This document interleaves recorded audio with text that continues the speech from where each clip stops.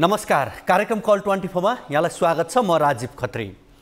नेपालमा निजी बैंकहरूका उदण्डता, अपराध, बेमानी, धोखाधडी अब बेहिसाब हुन थालेका छन्। ऋणीलाई पिरोल्नु बैंकहरूको आम विषय हो। झारो टार्ने गरी कानुनी प्रक्रिया पूरा गरेर जो कोहीलाई पनि सडकमा पुर्याइदिने काम बैंकहरूले गर्छन्। 5 करोडको सम्पत्ति 2 करोड ऋण नतिरेको भनेर 2 करोडमै सेटिङमा रहेका पैसावालालाई बेच्नु अधिकांश बैंकहरूको धन्दा हो। 5 करोड र 2 करोडको सन्दर्भ त उदाहरण मात्रै हो। बैंकहरू जुन मूल्य मान्यतालाई आत्मसात गरेर चल्नुपर्ने हो त्यस्तो बिल्कुलै भएको छैन। वीरगञ्जमा त सिभिल बैंकका म्यानेजर अमर अमात्य र 2 जना डीएसपी ओम प्रकाश खनाल र प्रहलाद कार्कीको गलत क्रियाकलापले एक निर्दोष व्यक्ति 45 दिनसम्म थुनामा बस्न बाध्य भए। समयमा चासो नदिने, चासो दिँदा पनि समय घर्केपछि कान ठाडो पार्ने बैंकको बदमासीमा ध्यान नपुर्याई प्रहरी पनि बकिएर अनुसन्धान र कारबाही गर्दा जे भयो त्यो विषय आज हाम्रो कार्यक्रमको प्राथमिकतामा परेको छ। विकाससँग सम्बन्धित सरकारी निकायका अधिकारी भन्छन् ठेकेदारहरूले काम गर्दैनन्, ढिला सुस्ती गर्छन्, तोकिएको समयमा काम सकेर आए भुक्तानी दिइहाल्छौँ। निर्माण व्यवसायहरू चाहिँ काम सकेपछि पनि भुक्तानी हुने नगरेको दाबी गर्छन्। विकास निर्माणका काममा योजनाको महत्त्वपूर्ण हिस्सा कमिसन घुस हप्तावारीमा जाने गरेको बताइन्छ। निरीक्षण गर्न आउनेहरूको गोजी पैसाको बिटोले भरिदिएपछि जस्ताको जस्तै कच्चा निर्माण काम पनि पास हुन्छ। पैसा हातमा परेसम्म यो मिलेन त्यो मिलेन भन्दै हैरानी दिने काम पनि हुन्छ। ठेक्कापट्टामा हुने अनगिन्ती चलखेलकै कारण ठुलो रकम अनौपचारिक ठाउँमा पुग्छ अनि गुणस्तरीय काम बन्दैनन्। निर्माण क्षेत्रको यो सन्दर्भसँगै कञ्चनपुरमा 7 वर्षदेखि अलपत्र परेको पुलको कथा आज हाम्रो कार्यक्रमको प्राथमिकतामा छ।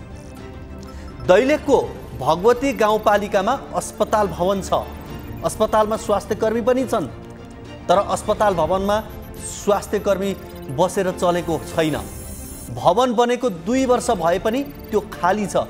जहाँ अस्पताल चल्नुपर्ने हो त्यो खाली छ।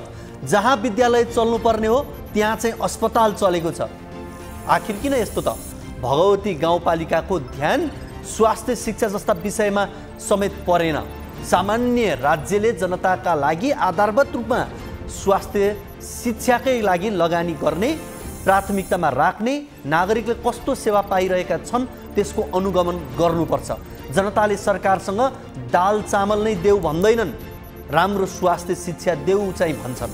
भएकै संरचनाको पनि उपयोग नगर्ने स्थानीय सरकारका कारण भगवती गाउँपालिकाको अस्पतालले कसरी सेवा दिइरहेको छ त्यो विषय आज हाम्रो कार्यक्रमको अर्को प्राथमिकतामा छ। यसको अलावा तपाईहरूको गुनासोलाई हामी कार्यक्रममा प्रत्यक्ष समेट्नेछौँ।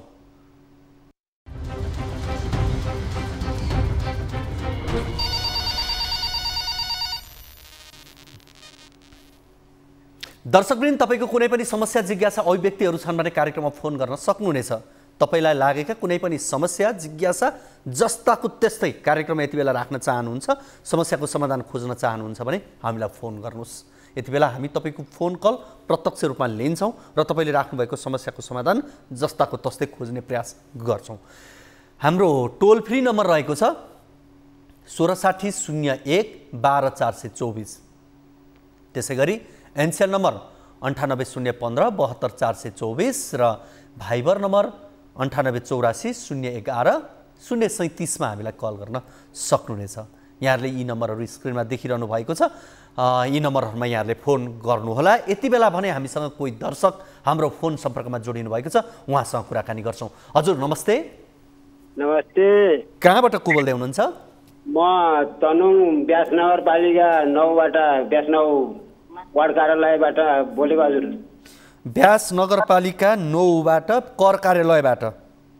कर कार्यालय होइन, व्यास नगरपालिका वार्ड नम्बर 9 बाट पिपलटार भन्ने ठाउँबाट बोलेको। ए, तपाईँको नाम भन्नुहुन्छ? प्रेमबहादुर थापा। प्रेमजी, यहाँको समस्या जिज्ञासा के होला? मेरो समस्या हजुर, पहिला चाहिँ नगरपालिकाबाट चाहिँ भूकम्पको चाहिँ सिफारिस चाहिँ स्वीकृति पाएर चाहिँ नि घर बनाउनु भनेर मैले घर बनाएँ। त्यसपछि यता वार्ड कार्यालयको पनि त्यो सिफारिस पाएँ। अनि गएर चाहिँ भूकम्पको चाहिँ फारम पनि छ। अनि गएर चाहिँ नि सबै नगरपालिकाले त्यो इन्जिनियर सारा सर्वे गरेर चाहिँ बनाएको घर 74 सालमा अनि 77 सालमा आएर चाहिँ नि वार्ड कार्यालयको अध्यक्ष समेत आएर चाहिँ भत्काइदियो। त्यसो भए हुनाले त्यही यो समस्या हजुर। अहिले चाहिँ के भनेर भत्काइदियो? त्यो चाहिँ नि मान्छेको अर्को मान्छेको जग्गा बनाएछौ तिमीले भनेर भनेको थियो हजुर। अनि चाहिँ मेरो अर्को जग्गा हो भने यो चाहिँ नि मेरो लाल पूर्जामा नक्सामा छ कि छैन ल हेर्नुहोस्। त्यो अर्काले मुखपछि भनेर हुन्छ कि मेरो प्रमाणमा चाहिँ देखाएर चाहिँ काम गर्नुपर्छ भन्दाखेरि अनि त्यसो भए अर्को जग्गा दिइदिए घर पछाडिको चाहिँ जग्गा पास गरेर दिए तैँले त्यसपछि चाहिँ मात्रै चाहिँ यो घरमा बस्नु पाउँछस् होइन। त्यसको चाहिँ जग्गा चाहिँ पर्छ भने पनि म किन्छु ल म किन्छु। मलाई चाहिँ चलेको चाहिँ मूल्य म ठिक छ। तपाईँसँग यहाँ कुराकानी गर्दै गर्दा म आग्रह गर्छु हामी व्यास नगरपालिकाका नगर प्रमुखसँग हामी जोडिने प्रयासमा पनि रहौँ। म यहाँ आग्रह गर्छु। भन्नुहोस् अब तपाईँको कुरा। हजुर हजुर त्यसो भए हुनाले मैले चाहिँ अब अदालतदेखि नगरपालिका प्रशासन कार्यालय टोल वार्ड कार्यालय मेरो गल्ती के छ मेरो गल्ती देखाउनु पर्यो। मैले कारवाही भोग्नु पर्यो कि चाहिँ नि त्यो भत्काउने मान्छेको चाहिँ प्रमाण जोरै जुटाएर अनि यो कारवाही चाहिँ गर्नु पर्यो। कहिले भत्काएको? तपाईँको घर कहिले भत्काइयो? यो घर चाहिँ 77 सालमा चाहिँ नि होइन त्यही सञ्ज्यारालाई चाहिँ नि सञ्ज्याराले भत्काएको। कहिले भन्नुभयो? 77 साल माघ चाहिँ 14 गते। 77 साल माघ 14 गते घर भत्काइयो हजुर। त्यहाँदेखिको मैले खोज खबर गर्दा अल्मल्याउने यसो त्यसो गर्दै अहिले चाहिँ नि इन्टाकासम्म पनि चाहिँ नि कहीँबाट चाहिँ मैले निया पाइन र मैले उनीहरूसित भनेरै अब चाहिँ तिमीहरूलाई मिडियाबाट चाहिँ नै म यो नेपालको दूर दराजमा सबैलाई सुन्ने गरेरै म तिमीहरूलाई चाहिँ यो सुनाउँछु भनेर पत्र दिएरै चाहिँ म हजुरको चाहिँ अफिसमा आएको। अब तपाईँले यो समस्या यहाँ राख्नु भएको छ। हामी नगरपालिकासँग पनि बुझ्ने प्रयासमा छौँ। नगरपालिकाका नगर प्रमुख उपप्रमुख या कार्यकारी जोसँग हुन्छ हामी यो विषयमा कुराकानी गर्ने प्रयास गर्छौँ। तपाईँको 70 सालमा तपाईँको भूकम्पको कारण भत्किएको थियो घर? 72 सालमा। 72 सालको, माफ गर्नु होला। अहिलेको नगर प्रमुख हाम्रो व्यासको को हुनुहुन्छ? त्यहाँ चाहिँ नि म पत्र त चाहिँ मैले इन्द्रा चाहिँ उपप्रमुख चाहिँ इन्द्र जैनलाई जानकारी गरे 2 फेरसँग। अहिले नगर प्रमुखको नाम मलाई एकचोटि भनिदिनुहोस् न। अनि उपप्रमुखको चाहिँ नाम बैकुण्ठ नेउपाने। हजुर बैकुण्ठ नेउपाने। बैकुण्ठ नेउपाने हुन्छ। उहाँसँग हामी यहाँ कुराकानी गर्ने प्रयासमै छौँ। हजुर अब तपाईँले यो बिचमा चाहिँ कहाँ कहाँ जानुभयो अनि यो के भयो? अहिले चाहिँ घर कहाँ बनाएर बस्नु भएको छ?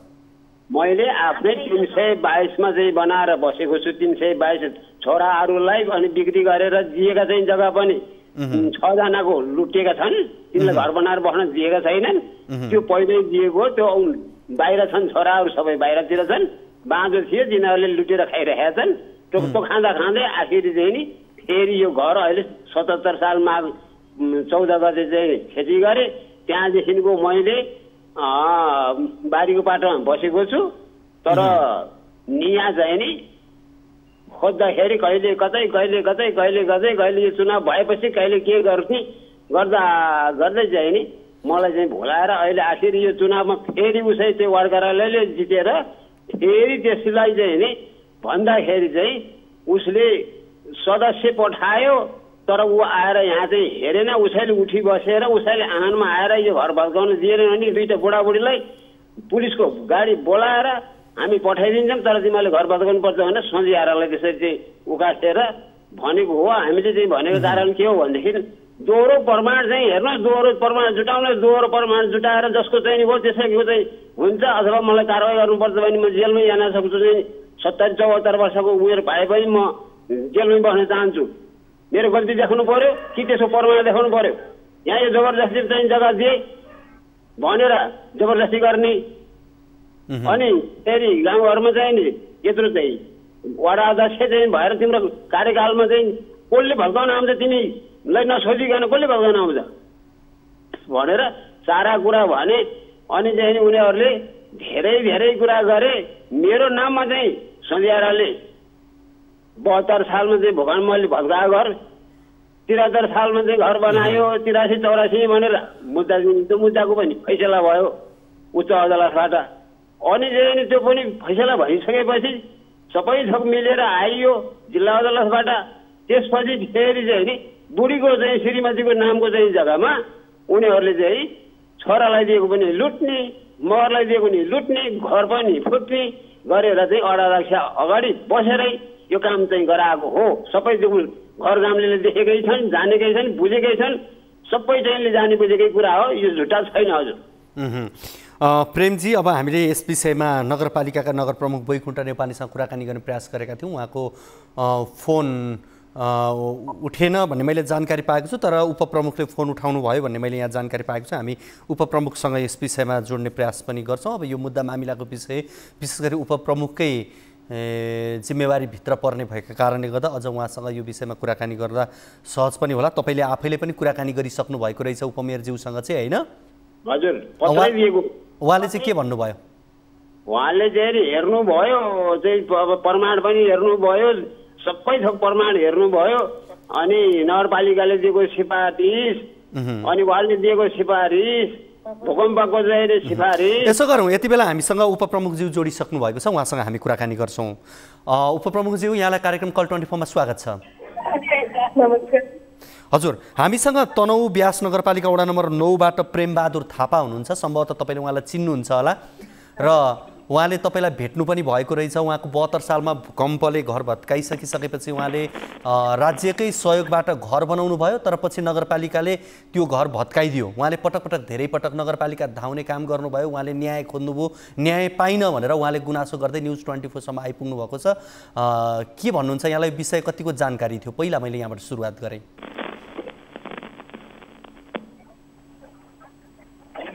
हजुर उपमेयरज्यू, यहाँले सुन्नुभयो है मैले भनेको?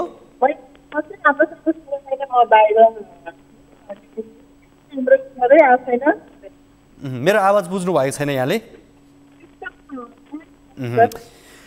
हस्, यहाँसँग हामी फेरि पछि कुराकानी गर्छौँ। प्रेमजी, हजुर, उपमेयरज्यू बाहिर कहीँ हुनुहुन्छ जस्तो छ, उहाँको अडियो पनि हामीले बुझेका छैनौँ। यो विषयमा हामी हाम्रो टिभी जर्नलिस्ट मार्फत थप हामी फलोअप गर्छौँ, तपाईँलाई हामी सम्पर्क गराउँछौँ, उहाँसँग कुराकानी गर्नुहोला र हामी यसलाई रिपोर्ट बनाएर प्रसारण गर्ने हामी प्रयास हुन्छ हाम्रो। यहाँले कुराकानी गरेर आफ्नो समस्या राखिदिनु भयो, यहाँलाई धेरै धेरै धन्यवाद। अहिलेलाई हजुर, अब बाँकी चाहिँ मैले हजुरलाई चाहिँ त्यहाँ चाहिँ उनीहरूले दिएको सिफारिसको चाहिँ नि त्यो र दुईवटा चाहिँ तिनवटा सिफारिस चाहिँ मैले चाहिँ भिडियो गरेर चाहिँ छोडेको छु। हस् हस्, हामी हाम्रो टिभी जर्नलिस्टलाई पनि यो विषयमा जानकारी गराउँछौँ र तपाईँसँग हामी सम्पर्क गराउँछौँ है त। फोटो पनि त्यही चाहिँ छोडेको छ। हाम्रो तनहुकै प्रतिनिधि हुनुहुन्छ, तनहुबाट तपाईँलाई फोन आउँछ। हस्, हुन्छ, अहिले हामी छुट्छौँ। हामीसँग हुनुहुन्थ्यो प्रेमबहादुर थापा हुनुहुन्थ्यो, तनहु ब्यास नगरपालिका वडा नम्बर 9 बाट। उहाँले आफ्नो समस्या राख्नुभएको छ, यस समस्याको समाधान खोज्ने प्रयास गरेका थियौँ तर सम्भव भएन। अब हामी कार्यक्रम यति बेला भन्ने लाग्छौँ अर्को रिपोर्टतर्फ। फौजदारी न्यायको प्रचलित सिद्धान्त नै छ 10 अपराधी छुटुन् तर एकजना पनि निर्दोषले सजाय नपाओस्। तर घटना अनुसन्धान गर्ने प्रहरी, सरकारवादी मुद्दाको बहस पैरवी गर्ने सरकारी वकिल र फैसला गर्ने न्यायाधीशको कार्यक्षमता, प्रलोभन र परिस्थितिजन्य कारणले निर्दोष जेल बस्न बाध्य छन्। वीरगञ्जमा यस्तै भएको छ। प्रहरी र बैंकले गैर व्यावसायिक चरित्र देखाएपछि एक निर्दोष व्यक्ति 40 दिनसम्म हिरासतमा बस्न बाध्य भएको तथ्य बाहिरिएको छ। यति बेला पीडित जेल मुक्त त भइसके, तर आफूलाई किन अनाहकमा जेलको चियो भन्दै न्यायको खोजीमा भौतारिएका छन्। वीरगञ्ज स्थित सिभिल बैंक लिमिटेडको गैर जिम्मेवारीपना र पर्सा प्रहरीको गलत नियतका कारण एक सर्वसाधारणले 40 दिन प्रहरी हिरासतमा बस्नु परेको हो। वीरगञ्ज महावीर स्थान स्थित रहेको सिभिल बैंक लिमिटेड वीरगञ्ज शाखाले खाताधारीको चेकबुक अन्य व्यक्तिलाई दिएपछि खाताधारीले अनाहकमा 40 दिन प्रहरी थुनामा बसेका छन् भने 3 लाख धरौटी राखेर थुनामुक्त भएको घटना बाहिरिएको छ। वीरगञ्जबाट टिभी जर्नलिस्ट हरिशंकर शर्माको यो रिपोर्ट हेरौँ।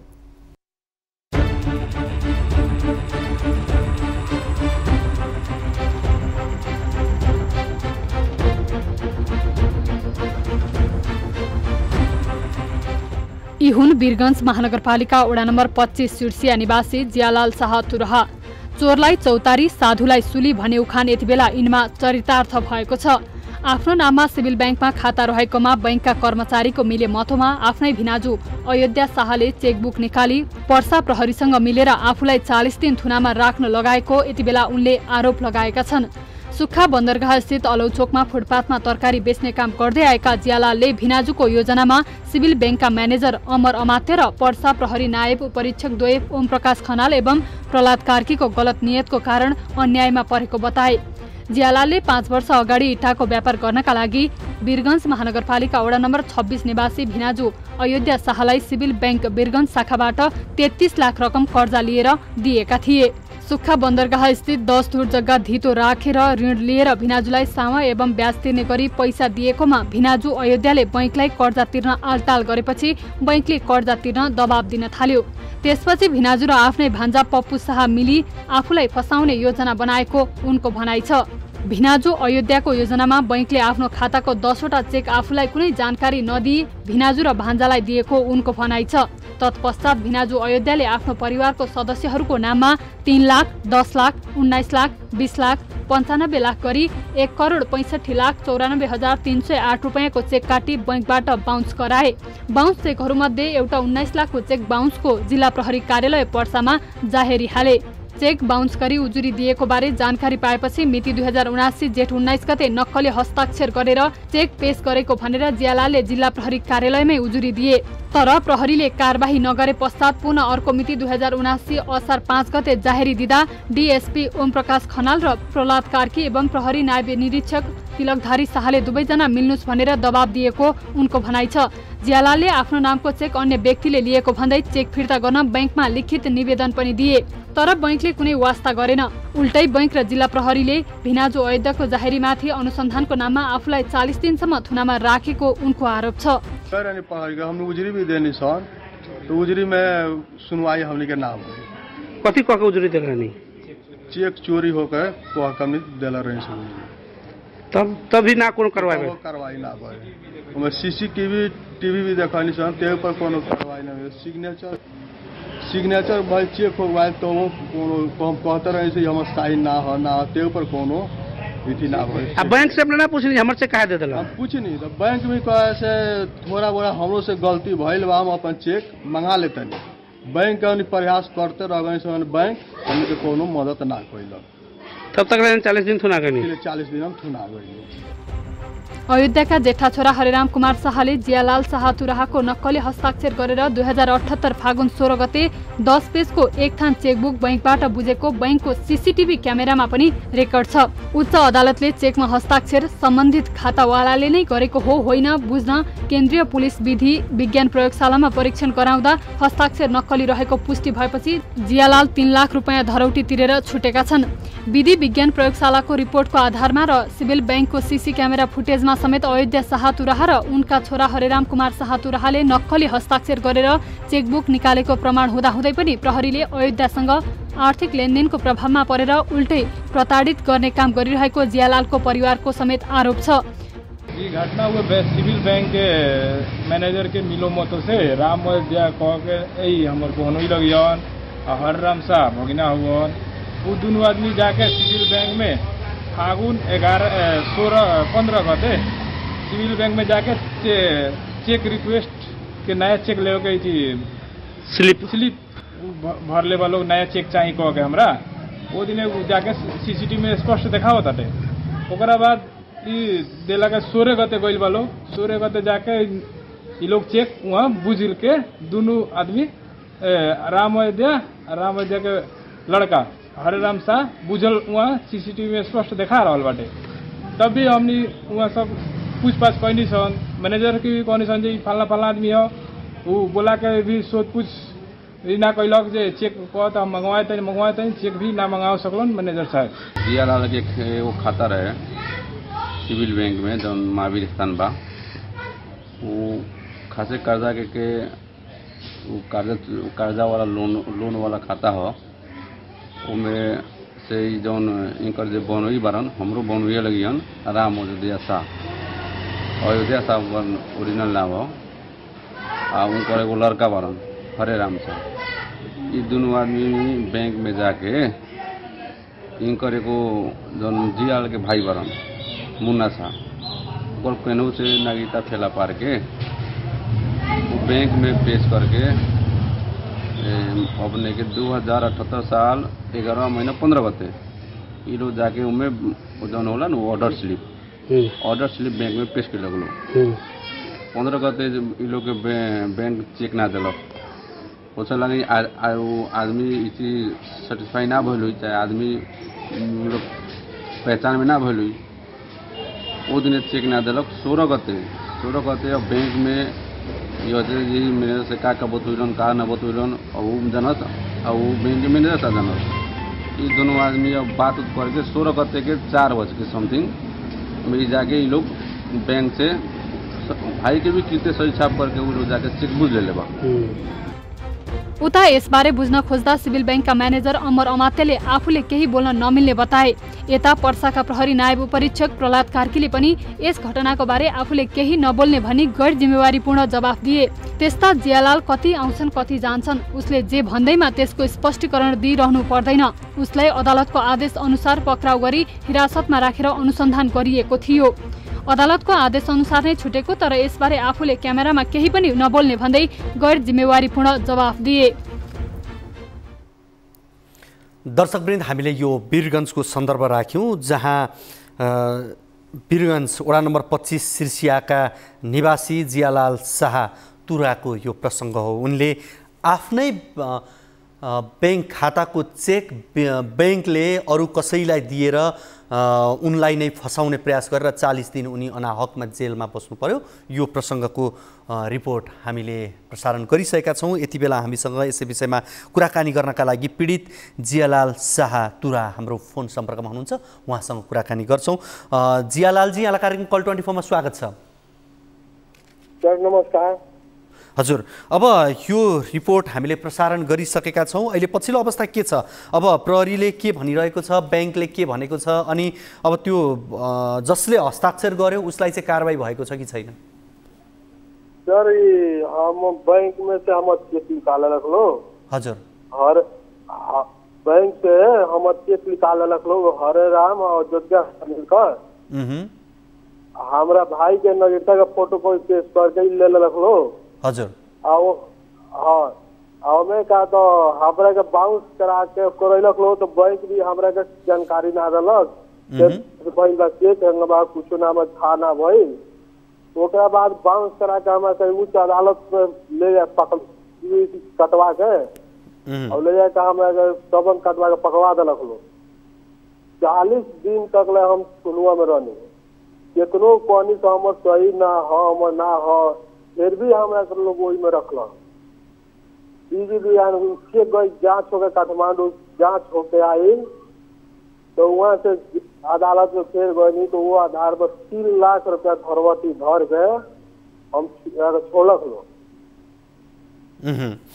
अब अहिले तपाईले 3 लाख रुपैयाँ धरौटी राखेर अहिले छुट्नु भएको छ। अब यो मुद्दाको अन्तिम किनारा लागिसकेपछि अब के हो भन्ने कुरा पनि आउला। तर सुरुदेखि नै तपाईले जब चेकमा त्यसरी हस्ताक्षर भयो भनेर यहाँले जानकारी पाइसकेपछि प्रहरीमा उजुरी दिनुभयो, प्रहरीले तपाईको कुरा सुनेन, बैंकले तपाईको कुरा सुनेन भने, अनि तपाईले अहिले बैंकको म्यानेजर र प्रहरी नै मिलेमतोमा परेको हो भनेर यहाँले आरोप लाउनु भएको छ। यो आरोपको आधार चाहिँ के? मिलेमतो छ तिनीहरुको। बैंकमा म गए सोधे गए नि, म्यानेजर साहबले भन्नुभयो त म कोसिस गर्छु चेक मगाउनको लागि। त्यो कोसिस गर्दै म थुनुवामा गइसक्यो।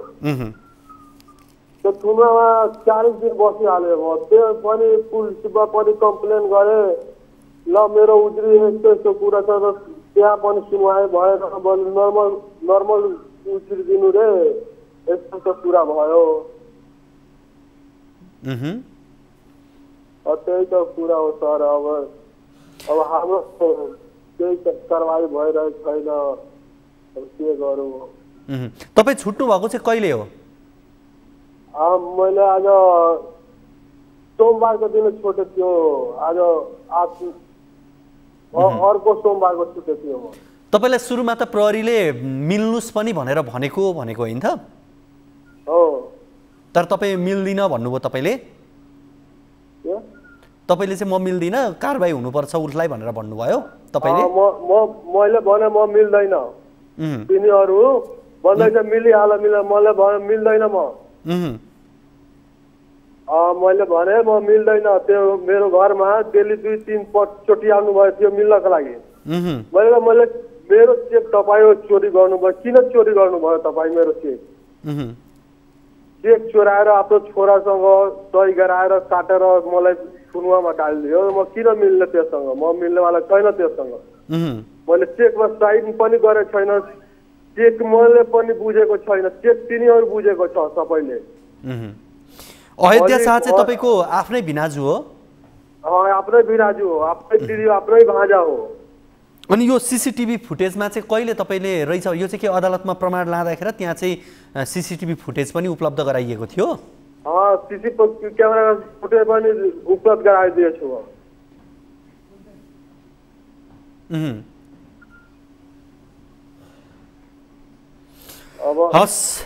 हस् यहाँसँग हामीले कुराकानी गऱ्यौँ यहाँलाई धेरै धेरै धन्यवाद यस विषयमा हामी जिल्ला प्रहरी कार्यालय पर्साका प्रहरीसँग पनि हामी कुराकानी गर्ने प्रयास गर्छौँ अहिले भने यहाँसँग हामी छुट्छौँ नमस्कार सर हजुर हामीसँग हुनुहुन्थ्यो पीडित जियालाल शाह तुरा उहाँसँग हामीले कुराकानी गऱ्यौँ र अब यस विषयमा हामीले जिल्ला प्रहरी कार्यालय पर्साका नायब उपरीक्षक प्रहलाद कार्कीसँग पनि कुराकानी गर्ने प्रयास गरेका थियौँ तर उहाँको फोन उठेन भन्ने मैले यहाँ जानकारी पाएको छु लागेन भन्ने मैले जानकारी पाएको छु प्रहलाद कार्की जोसँग हाम्रा टिभी जर्नलिस्ट हरिशङ्कर शर्माले कुराकानी गर्ने प्रयास पनि गर्नुभएको थियो उहाँको पनि बाइट लिने प्रयास गरिएको थियो तर उहाँले यो घटनाको बारेमा आफू केही नबोल्ने भनेर उहाँले जिम्मेवारी भन्नुभएको थियो गैर जिम्मेवारीपूर्ण जवाब दिनुभएको थियो उहाँले त्यति मात्र होइन यस्ता जियालालहरू कति आउँछन् कति जान्छन् त्यस कारणले सबैको स्पष्टीकरण दिएर बस्न सकिँदैन भनेर उहाँले भन्नुभएको भनेर पनि हामीले जानकारी पाएका छौँ अब उहाँले जवाफ नदिने हो भने उहाँ जिम्मेवार भएर किन बस्ने उहाँले जवाफ दिनुपर्छ जनताको विषयमा नागरिकका विषयमा कर खाएर जनताका नागरिकले तिरेको कर खाएर बसेका व्यक्तिले नागरिकमा परेको समस्याको विषयमा सोद्धा जवाफ दिनुपर्छ होइन भने त्यो गैर जिम्मेवारीपूर्ण जवाफ उहाँले दिन पाउनुहुन्न र हामीले उहाँसँग पछिल्ला समयमा वीरगञ्जमा भएका विभिन्न घटनाक्रमहरूमा हेऱ्यो भने उहाँ पटक पटक जोडिने गर्नुभएको छ त्यो कोरोना कालमै किन नहोस् कोरोना कालमा कुटपिटमा उत्रिएका विषयदेखि लिएर पछिल्ला केही घटनाक्रममा पनि उहाँ जोडिनु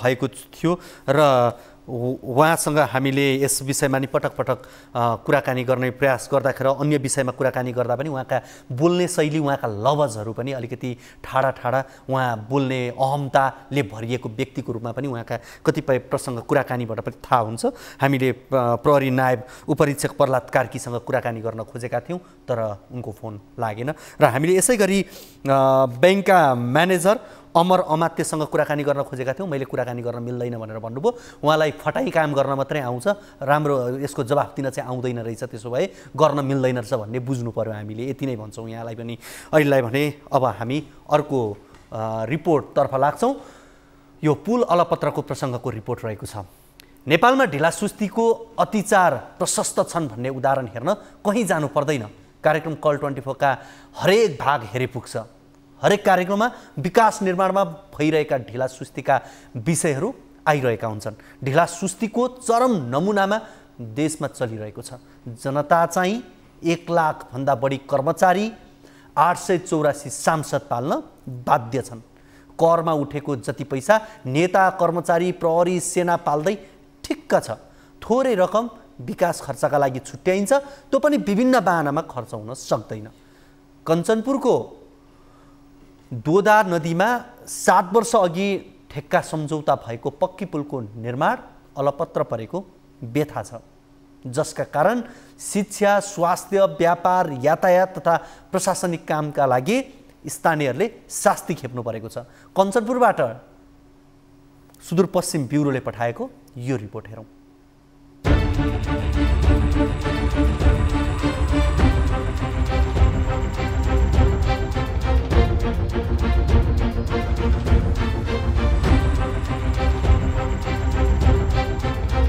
कञ्चनपुरको दोदा नदीमा बन्न थालेका 51 करोड लागतका 2वटा मोटरेबल पुल अलपत्र अवस्थामा छन्।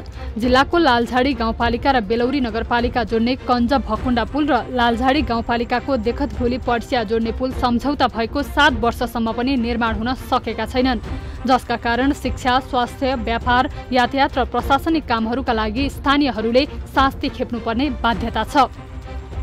समस्या है नदी तरन कहीं 11 भैंसा ग्वाला गठाला जा पार जाना है और पुल बनी होती पुल ही के चले जाते पैरन परेको 5 वर्ष नागिसक्यो सर। अहिलेको अवस्था धेरै कठिन छ असार पसार गर्न, हामीलाई आवत जावत गर्नलाई। ठेकेदारको कमी कमजोरी हो कि यहाँको जनप्रतिनिधिको कमी कमजोरी हो, के कारणले त्यो बन्न सकेन। हामी जनताहरूलाई, स्थानीयहरूलाई कतिको समस्या परेको छ। खेत पनि हाम्रो पारी नै छ, सब चीज पारी नै छ। अब के गर्ने, यो पुल नबन्ने कारणले यस्तै हो कि। अनि वारीपारी तपाईहरु कसरी गर्नुहुन्छ? यसैले हो, पौडी खेलेर। 26 करोड 71 लाख लागतको लालझाडी र बेलौरी जोड्ने पुलको निर्माणाधीन अवस्थामा स्पान समेत भाँचिएको छ। यो पुल निर्माणका लागि शर्मा थेगिम नागार्जुन जेफीले 2075 साल पौष 25 गते सम्पन्न गर्ने गरी 2072 साल पौष 26 गते सडक डिभिजन महेन्द्रनगरसँग सम्झौता गरेको थियो। त्यस यता लगातार 4 पटकसम्म म्याद थप गर्दा समेत कामले पूर्णता पाएको छैन। सो पुलमा एउटा थप स्पान निर्माण भए मात्रै पनि आवाज जावतमा सहज हुने देखिन्छ, तर यसतर्फ निर्माण कम्पनीको चासो छैन भने सरकारवाला निकाय पनि निरीह बनेको छ। ठेकेदारलाई सम्पर्क गरेर त्यसलाई दबाब दिनेछौँ र जनताको आवश्यकता हो। जनताले आवाज जावत गर्न सकेका छैन, यो तुरन्त बनाइदिनु पर्यो भन्ने कुरा यो गाउँपालिकाले गर्छ भनेर म हजुरलाई अनुरोध गर्न चाहन्छु। र यसको लागि दबाब गर्नको लागि म सम्बन्धित निकायहरू को रहेछन् सँगै मिडिया भयो, अरू जनतालाई पनि हामी तिनीहरूलाई दबावमूलक कार्यक्रम गर्न सक्छौँ। 24 करोड 52 लाख लागतको देखतभोली पर्सिया जोड्ने पुल 2075 पौष 25 गते सम्पन्न गर्ने गरी 2072 साल पौष 26 गते लुम्बिनी राजेन्द्र कुमार श्रेष्ठ जेबीले सडक डिभिजन महेन्द्रनगरसँग सम्झौता गरेको थियो। त्यसयता 2077 माघ 25 गते सम्पन्न गर्ने गरी फेरि म्याद थपियो, तर हालसम्म पनि करिब 12 करोड खर्च भइसकेको सो पुल अब भने नबन्ने पक्का भएको छ। निर्माण कम्पनीको चरम लापरवाहीका कारण पायल फाउन्डेसन फेल भएको छ, जसका कारण अब नयाँ ठाउँमा पुल बनाउनु पर्नेछ। निर्माण कम्पनीले खर्च गरेको 12 करोड असुल उपर गरी नयाँ डिजाइनको पुल निर्माण गर्ने सहमति भएको सडक डिभिजन महेन्द्रनगरको भनाइ छ। यदि त्यो काम गरेन भने ठेक्का सम्झौता र अहिलेको यो सार्वजनिक खरिद नियमावलीमा भएको व्यवस्था अनुसार जरिमाना पनि लाग्ने हुँदाखेरि चाहिँ अब निर्माण व्यवसायले काम गरेन भने उसले जरिमाना पनि हर्जाना पनि तिर्नुपर्छ। त्यसकारण गर्दा अब उनीहरू चाहिँ काम नगरेर भाग्ने भन्ने अब परिस्थिति चाहिँ नरहला। यता सो पुल निर्माणको जिम्मा पाएको लुम्बिनी राजेन्द्र कुमार श्रेष्ठ जेबीले भने पुलको नयाँ डिजाइन स्वीकृत भइसकेकाले 2080 को असार मसान्तभित्र काम सम्पन्न गर्ने दाबी गरेको छ। आउने असार मसान्तभित्र सम्पन्न गर्ने गरी हामीले चाहिँ म्याद थपसहित प्रतिबद्धता जनाएर अगाडि बढाएको छौँ। त्यही अनुरूपले बर्खा सकिएपछि हामी काम सुरु गर्छौँ। सम्झौताको 7 वर्षसम्म पनि काम गर्न नसकेका निर्माण कम्पनीहरूले 1 वर्षभित्र नयाँ पुल निर्माण गर्छु भन्दै प्रतिबद्धता जनाउनु भनेको अझै केही वर्ष जनतालाई समस्यामै पार्छु भन्नु जस्तै हो। कमसल काम गर्ने तथा समयमा काम नगर्ने निर्माण कम्पनीहरूलाई कारबाही गर्नुको साटो सरकारले पनि बारम्बार म्याद थप गर्ने परिपाटी चलाएको छ। यसतर्फ आम नागरिकहरू नै बढी जिम्मेवार बन्नुपर्ने देखिन्छ। दर्शकवृन्द, यसै विषयमा कुराकानी गर्नका लागि यति बेला हामीसँग स्थानीय अमर सिंह राणा हाम्रो फोन सम्पर्कमा जोडिनु भएको छ। उहाँसँग कुराकानी गर्छौँ। अमर सिंहजी, यहाँलाई कार्यक्रम कल 24 मा स्वागत छ। अमरजी। हजुर सर, हजुर सुन्दैछु, धन्यवाद। हजुर, अब हामीले यो दुईवटा पुल यो स्थानीय तहसँग जोडिएको विषय, विशेष गरी लालझाडी गाउँपालिकासँगै जोडिएको छ यो दुईवटै पुल। अब यो स्थानीयलाई यो पुल नहुँदा शास्ति परेको छ। यसमा त दुई मात्रै भएन, हामीले रिपोर्ट पनि प्रसारण गर्यौँ, यसमा पनि हामीले व्यक्त गरिसकेका छौँ। अहिले विशेष गरी यो पुल समयमा निर्माण हुन नसक्नुको कारण चाहिँ यहाँहरूले स्थानीय तवरमा बुझ्नु भएको कारण चाहिँ के रहेछ? अब यो पुल निर्माण नहुनुमा मुख्य कारण भनेको हामीले अब विभिन्न बाहिर भित्र बुझ्दाखेरि चरम लापरवाही भनेको मुख्य ठेकेदार नै रहेको जस्तो हामीले अनुभव गरेका छौँ। बारम्बार यस्ता समाचार मिडियामा कुरा आइराख्दाखेरि अनि हाम्रा यताका स्थानीय जनप्रतिनिधिहरू त्यस पछाडि प्रदेश सभाका सदस्य मन्त्रीज्यूहरूले पनि विभिन्न पहल कदमी गर्दाखेरि पनि मेन ठेकेदारकै चरम लापरवाहीले गर्दाखेरि यो पुल नबनेको अवस्था मैले महसुस गरेको छु सर। यी ठेकेदार चाहिँ त्यस्तो के रहेछ यिनमा यो काम अहिलेसम्म नगर्नु नसक्नु यो कसैका आशीर्वाद पाएर विशेष गरी यो ठेक्का पट्टामा चाहिँ यो अलिकति देखिँदो रहेछ क्या, त्यस्तो पनि छ? एकदम सर, यो हाम्रो खास गरी भन्ने हो भने देखतबुलीको यो जुन पुल छ, देखतबुलीको पुल र यो भकुण्डा निराको पुल दुईटा पुल बन्न बाँकी रहेको अवस्थामा खास गरी भन्ने हो भने यो देखतबुलीको पुल निरा परशुराम नगरपालिकाको मेयर भीम साउदको ठेक्का परेको भन्ने कुरा रहेको छ र उनी एकदमै राजनीतिक दलसँग निकट भएको हुनाले उनी भनौँ न एकदमै नेताको एकदमै आशीर्वाद को कारणले गर्दाखेरि उनलाई कुनै पनि किसिमको समस्या परेको छैन। हामीले जतिसुकै विरोध गरे तापनि, जतिसुकै जनप्रतिनिधिहरू स्थानीय जनप्रतिनिधिहरू जतिसुकै विरोध गरे तापनि उनलाई केही पनि असर परेको छैन। उनलाई जनताको आशीर्वाद, उनलाई नेताको आशीर्वाद भएको हुनाले पटक पटक उहाँलाई आग्रह गर्दाखेरि पनि वास्ता नगरेको अवस्था छ। सो कारणले गर्दाखेरि वार्ड नम्बर 5 को मान्छेहरू अहिले हाम्रो स्थानीय तहसम्म आउनको लागि त्यो कल्लोपुर तुक्लाफाटा घुम्दै अनि चाम्डो हुँदै मोटामोटी 1 घण्टाको बाटो आउनु परेको छ र समय पुल भएको भए उहाँहरू बढीमा आधा घण्टा मात्रै लाग्ने थियो। त्यसैले मैले एकदमै भन्नुपर्दाखेरि उहाँ एकदमै पार्टी निकट हुनु भएको हुनाले अहिलेसम्म कुनै नेताहरूले उहाँलाई केही पनि गरेको अवस्था छैन। त्यसैले उहाँलाई एकदम प्रत्यक्ष रूपमा राजनीति हाबीको गर्दाखेरि उहाँले त्यस्तै काम गर्नु भएको छैन, वास्ता नै गर्नु भएको छैन। अब यो कतिपय स्पानहरू त भाँचिन थाल्यो भन्ने कुरा पनि छ, यो बनिएका अहिले हामीले दृश्यमा देखाइ पनि रहेका छौँ, यी संरचना चाहिँ कहिलेतिर बनेका हुन्? यो लगभग 1-1.5 महिना अगाडिदेखि नै बनेको थियो, तर यसमा पनि उहाँहरूले समयमा बनाएको भए यो संरचनाहरू भत्किने थिएन। उहाँहरू यो ठ्याक्कै भनौँ न लास्ट आवरमा बनाइराखेको अवस्थामा यसरी यो संरचनाहरू भत्किएको छ। र मेन भन्ने हो भने उहाँहरूले बारम्बार भनिरहँदाखेरि यो नबनाएको अवस्थामा र यो बीचबीचमा यो त्यो संरचना जसरी बनाउनु पर्ने थियो, खास गरी काम गर्ने भनेको ठेकेदारहरूले हाम्रो वैशाख के अरे यो अब भनौँ न असोज कार्तिकदेखि निरन्तर रूपमा काम गर्नु। यसो गरौँ, तपाईँ हामीसँग फोन कलमै रहनु होला, लाइनमै बस्नु होला। यति बेला हामीसँग रोशन भट्ट राजेन्द्र निर्माण सेवाका कार्यकारी अधिकृत हुनुहुन्छ, उहाँसँग हामी कुराकानी गर्छौँ। राजेन्द्रजी, यहाँलाई कार्यक्रम कल 24 मा स्वागत छ। धन्यवाद। अब यो 2-3 वर्षमा बनिसक्नुपर्ने पुल यो लालझाडीसँग जोडिएको छ, यो दुईटै पुल अब यत्रो वर्षसम्म पुल बनिएन, किन होला सर? यो पहिले त्यो पुलको संरचना बनाउन जाँदाखेरि त्यसमा प्राविधिक कठिनाइ आयो अनि त्यसपछि हामीले चाहिँ त्यसलाई रिमेन्टेनेन्स रिडिजाइनको लागि पठाएका थियौँ। चैत महिनामा यसको रिडिजाइन एप्रुभ भएर आएको छ। त्यस लगतै यो कन्स्ट्रक्सन होलिडे चलिरहेको हुनाले काम सुरु गर्न पाएको छैन, अब बर्खापछि सुरु हुन्छ। यो डिजाइन बिग्रियो भनेर चाहिँ यहाँहरूले कहिले थाहा पाउनु भयो? 7 वर्ष अगाडि नै थाहा पाउनु भएको कि अहिले 7 वर्षपछि आएर? होइन, हामीले थाहा पाइसकेपछि डिजाइन रिभ्यूमा हामीलाई 1-1.5 वर्ष लाग्यो डिजाइन रिभ्यू गराउन। डिजाइन बनाउनै 2 वर्ष लाग्यो। भएर एप्रुभल भएको चाहिँ चैतमा मात्र हो। चैतपछि कन्स्ट्रक्सन होलिडे चलिरहेको थियो, काम गर्न सकेको हुन पाएन। अब यो बर्खायाम सकेपछि लगतै सुरु गर्छौँ। भनेको 2 वर्षमा तपाईँले 2 वर्ष अगाडि थाहा पाउनुभयो, त्योभन्दा अगाडि 5 वर्ष चाहिँ यहाँहरूले के गर्नुभयो? होइन, हामीले थाहा पाएपछि निरन्तर त्योभन्दा पहिला स्पिडली काम भइरहेको थियो। जब थाहा समस्या आयो त्यसपछि इन्भेस्टिगेसन भयो, त्यसमा हामी अनुसन्धान गऱ्यौँ, टेक्निकल टिम लगाएर फेरि रिडिजाइन गरायौँ। त्यसको प्रोसेसहरू जाँदाखेरि अलिकति समय खर्च्यो त्यसमा।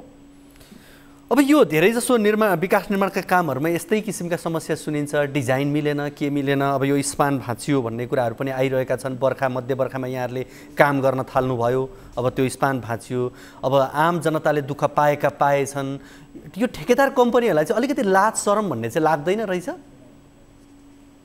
यस्तो सर, अब यो जमिनभित्रको कन्स्ट्रक्सन काममा बाहिर आउट अफ रहेको फिजिबिलिटी स्टडी भन्दा बाहिर हुन्छ। टेक्निकल कार्य कहिले काहीँ गर्दै जाँदाखेरि केही कठिनाइहरू आउँछन्। त्यहाँ दुईवटा कुरा के बुझ्नुपर्छ भने निर्माण व्यवसायी सम्पर्कविहीन काम नगरिकन, काममा ढिला हेर्दै नहेरिकन गएको रहेछ भन्ने पाटोमा तपाईँले भने प्रश्नको उत्तर सही होला। जबकि हामीले निरन्तर सडक विभागसँग सम्पर्कमा बसी पत्रचार गरी डिजाइन रिभ्यू गरायौँ। डिजाइन रिभ्यूमा हामी निरन्तर इन्भेस्टिगेसन गरेर सोइल टेस्ट रिसोइल टेस्ट आफ्नै कस्टमा रिसोइल टेस्ट गरायौँ। सबै कामको तर्फ गरिसकेपछि अब यो प्राविधिक प्रब्लम त टेक्निकल प्रब्लम त्यो पनि अन्डरग्राउन्ड भित्र 20 मिटर होइन एउटा कुरा नि यो प्राविधिक समस्या पनि 7 वर्ष के 7 वर्ष। अब यो प्राविधिक कुरामै 7 वर्ष अल्मल्यो भने 5 वर्षको अवधिमा 2 वर्षको अवधिमा निरन्तर काम भएर पो त्यो संरचना त्यहाँसम्म उठेको थियो। त्यसपछि समस्या आयो। त्यो समस्या आइसकेपछि समस्या समाधान गर्न समय लाग्यो। त्यसको पहिला त्यो खोजी गरेर के भएको हो फल्टै पत्ता लगाउन। इन्जिनियर साहबले एउटा प्रश्न हामीसँग एकजना स्थानीय पनि हुनुहुन्छ, उहाँको कुरा सुन्नुहोस् है त, भन्नुहोस् त। इन्जिनियर साहबलाई मैले एउटा प्रश्न गर्न चाहे, तपाईँहरू इमान्दारीतापूर्वक कति साल काम गर्नु भएको थियो सर? होइन, सुरुको 2 वर्षसम्म त हामीले निरन्तर काम गऱ्यौँ नि। त्यसपछि प्राविधिक टेक्निकल प्रब्लम आयो। होइन नि सर, तपाईँले टेक्निकल प्रब्लम सल्भ नहुन्जेलसम्म त एक स्टेप अगाडि काम गर्ने ठाउँै थिएन। टेक्निकल प्रब्लम सल्भ नगरुन्जेलसम्म त अगाडि केही पनि गर्न मिल्दैन। होइन, तपाईँको कुरा मैले त्यो टेक्निकल समस्या हजुरको चैतमा शान्तमा गएर समाधान भयो डिजाइन रिभ्यू सुने। तपाईँको कुरा मैले बुझेँ। तपाईँहरू मजाले भन्नुहुन्छ प्राविधिक समस्या कि यो प्राविधिक समस्या गत सालमा यो भकुण्डा निराको पनि भन्नुभएको थियो अनि देवर भुलेकोले पनि त्यही भन्दै हुनुहुन्छ। यो 2 साल मात्रै तपाईँहरूले काम गर्नुभयो, त्यस पछाडि तपाईँहरूले कामै गर्नु भएको छैन, फिल्डमा कहिले कामै गर्नु भएको छैन। त्यसपछि फिल्डमा काम गर्नका लागि डिजाइन रिभ्यू नभइन्जेलसम्म फिल्डमा गएर केही नै काम गर्न सकिँदैन। गर्ने के त्यतिखेर डिजाइन रिभ्यू बाहेक तपाईँको 4 साल डिजाइन रिभ्यू एप्रुभल नभएर आउन्जेलसम्ममा डिजाइन रिभ्यू एप्रुभल नभएर आउन्जेलसम्म फिल्डमा कुनै एक्टिभिटी गर्न सकिँदैन। तर तपाईँहरू मजाले ढाड्नुहुन्छ कि 4 सालसम्म तपाईँहरूले त्यसको जे जति बिग्रेको छ त्यसरी गएर काठमाडौँ मैले बारम्बार तपाईँहरूको ठेकेदारहरूसँग टचमा थिएँ के हुँदैछ, अब 3 महिनामा रिपोर्ट आउँछ भन्ने, कहिले 2 महिनामा रिपोर्ट आउँछ भन्ने, कहिले यसरी गर्दा गर्दै हेर्नु सर 4 साल भइसक्यो। अलिकति लाजशरम हुन्छ कि हुन्न के यो के अरे यो लाजशरम भनेको यस्तो छ। चैत्र मसान्तमा हामीलाई नेपाल सरकारले डिजाइन रिभ्यूको एप्रुभल दिएको छ गएको चैत मसान्तमा है। त्यसपछि हामीले चैत्र मसान्तबाट डिजाइन रिभ्यू सहित हामीले काम सुरु गर्ने भनेर अगाडि बढेर हामीले आफ्नो वर्किङ मेथोडोलोजी पनि पेश गऱ्यौँ। त्यसपछि कन्स्ट्रक्सन होल्डेज चल्यो, अहिले बर्खा चलिरहेको छ। बर्खा लगत्तै हामी आउँदैछ भने अब एउटा कुरा यसो गरौँ न, प्रब्लम आइसकेपछि हामीले बल्ल काम गर्ने बाटो त चैतबाट खुलेको छ। अब यसलाई यहीँ म छुट्याउन पनि चाहन्छु। अब 7 वर्षमा पुल बनेन, अब कहिलेसम्म बन्नी सक्ला भन्नुहोस् त। अब त हामीले 1 वर्ष आइसक्यो सम्पन्न गर्ने गरी हामी अगाडि बढ्दैछौँ। हजुर, हामीले 1 वर्ष म्याथमा आएका छौँ, त्यो भित्र सम्पन्न गर्ने गरी हामी वर्ष लगत्तै कार्य सुरु अगाडि बढाउँछौँ। भनेको यो केही वर्ष त जाँदैन है, 1 वर्षमै सकिन्छ? जाँदैन। ल हस्, तपाईँले प्रतिबद्धता गरे अनुसार पुरा होस्। यहाँहरू दुवैजनालाई धेरै धेरै धन्यवाद। हामीसँग हुनुहुन्थ्यो स्थानीय अमर सिंह राणा, त्यसै गरी हामीसँग लालझडी, त्यसै गरी राजेन्द्र निर्माण सेवाका कार्यकारी अधिकृत रोशन भट्ट हुनुहुन्थ्यो। उहाँहरूसँग हामीले कुराकानी गऱ्यौँ यो पुलको सन्दर्भमा रहेर। अब लागौँ अर्को रिपोर्टतर्फ। दैलेखको भगवतीमाई गाउँपालिकामा अस्पताल भवन निर्माण सम्पन्न भएको 2 वर्ष बढी भइसकेको छ, तर स्थानीय तहले आवश्यक व्यवस्थापन नगर्दा अस्पतालले विद्यालयको पानी चुइने कोठा र खुल्ला चौरबाट स्वास्थ्य सेवा दिइरहेको छ। त्यति मात्र होइन, विद्यालय भवनमा बिरामीलाई बस्नलाई प्रतीक्षालयसम्म छैन। हावाहुरी र घामपानी सहँदै अस्पतालका कर्मचारीहरूले बिरामीलाई सेवा दिइरहेका छन्। दैलेखबाट टिभी जर्नलिस्ट एमराज कटुवालको यो रिपोर्ट हेरौँ।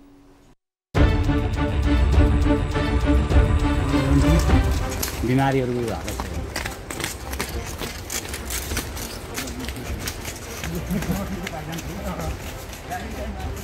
दैलेखको भगवतीमाई गाउँपालिका वडा नम्बर 3 सनितडामा 2 वर्ष अघि अस्पताल भवन निर्माण भइसकेको छ। कर्णाली प्रदेश सरकार आर्थिक मामिला तथा योजना मन्त्रालयको 1 करोड र गाउँपालिकाको संयुक्त लगानीमा थापा निर्माण सेवाले 1,04,61,917 मा भवन निर्माण सम्पन्न गरी गाउँपालिकालाई हस्तान्तरण गरेको हो। अस्पताल भवन निर्माण सम्पन्न भएको 3 वर्ष हुन लाग्दा पनि पालिकाले आवश्यक व्यवस्थापन गर्न नसक्दा पालिका आधारभूत अस्पतालको सेवा बाल कल्याण प्राथमिक विद्यालयको खाली भवनमा अस्पताल सञ्चालन भइरहेको छ।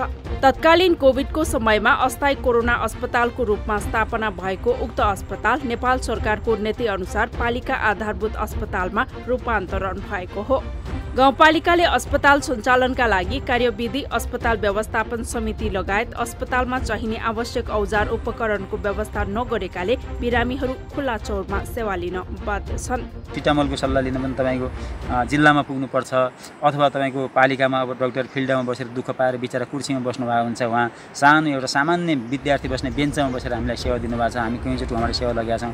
आफ्नै वडामा अस्पताल भवन सम्पन्न भइसक्दा पनि अहिलेसम्म अस्पताल भवनमा कर्मचारी देख्न नपाएको स्थानीय बताउँछन्। वर्षातको समयमा महिनामा 20-25 जनासम्म बिरामी स्ट्रेचरमा बोकेर नै स्थानीय अन्यत्र पुर्याउन बाध्य छन्। एकदम जोखिम छ। हामी बर्खामा हाम्रो यही हो हजुर, तपाईँको कति छ भने हामी 20 जना अनिवार्य बिरामी बोकेर हामी व्यवस्था पुर्याउने। हाम्रो प्रत्येक दिन लगभग दिन प्रतिदिन भन्दा पनि पर्छ, बाध्यता छ। घामपानीलाई छेक्दै खुला आकाशमुनि बेन्चमा बसेर बिरामीलाई सेवा दिँदा स्वास्थ्य चौकीले आवश्यक सेवा दिन नसकेको अस्पतालको भनाइ छ। विद्यालयको कोठाहरू पानी चुहिने छन् भने झ्याल ढोकाबाट पानी छिर्ने भएकाले औजार उपकरण बचाउँदै ल्याब सेवा दिनुपर्ने बाध्यता छ। स्वास्थ्य चौकीबाट दिने जतिको सेवा पनि हामीले दिन सकेको छैनौँ। डाक्टर त हुनुहुन्छ एमबिएस डाक्टर, तर अब घाम लाग्दा घाम आउँछ, पानी पर्दा यहाँ पानी आउँछ, बेन्चमा बसेर हामीले सेवा दिइरहेछौँ। असहज त छ एकदमै। गाउँपालिकाले अस्पताल सञ्चालनका लागि कार्यविधि नीति निर्माण र व्यवस्थापन समितिको व्यवस्थापन नगरिदिँदा स्वास्थ्य सेवा दिन असहज भएको अस्पतालका डाक्टर प्रभाकर यादवले बताए। पर्याप्त दक्ष जनशक्ति पनि नभएको र भवन भएको 2 वर्ष बढी हुँदा पनि भवनबाट अस्पताल सञ्चालन नहुँदा फार्मेसी, ल्याब, ओपीडी लगायतका सेवाहरू दिन समस्या भएको उनले बताए। सामानहरू कतिपय आइसक्दा पनि अब त्यसलाई चाहिँ व्यवस्थापन रूपमा बिल्डिङ नभएकोले गर्दाखेरि चाहिँ त्यसलाई सञ्चालन गर्न नसकेको, जस्तै हाम्रो इसिजी आइसकेको छ त्यसलाई चाहिँ सञ्चालन नगरेको, एक्सरे भिडियो एक्सरेको र हामीसँग भएको चाहिँ बिल्डिङ, मेन कुरो त बिल्डिङै हो। बिल्डिङले गर्दाखेरि चाहिँ हामीले गाह्रो परे हो।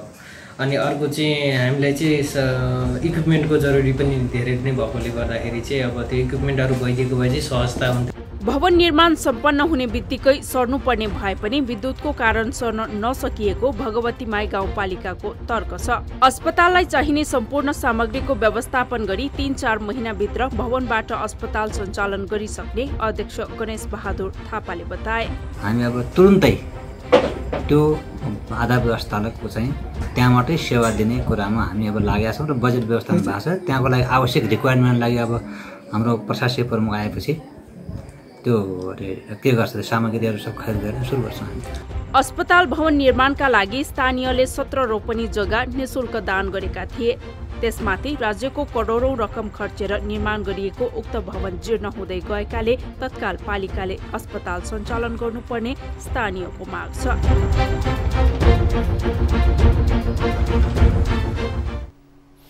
दर्शकवृन्द, यो दैलेखको भगवतीमाई गाउँपालिकामा भगवतीमाई आधारभूत अस्पताल निर्माण भइसकेको छ। 2 वर्ष भयो निर्माण भएको, तर पनि गाउँपालिकाले यसलाई सिरियसली नलिदिँदा यति बेला अस्पताल चाहिँ एउटा स्कुलको, त्यो पनि चुइने, जसको छाना चुइन्छ त्यहाँभित्र बसेर काम गर्न बाध्य छन्। यो प्रसङ्गको रिपोर्ट यहाँहरू बिच हामीले राख्यौँ। यसै विषयमा कुराकानी गर्नका लागि हामीसँग स्थानीय भूपेन्द्र रेग्मी हाम्रो फोन सम्पर्कमा हुनुहुन्छ, उहाँसँग कुराकानी गर्छौँ।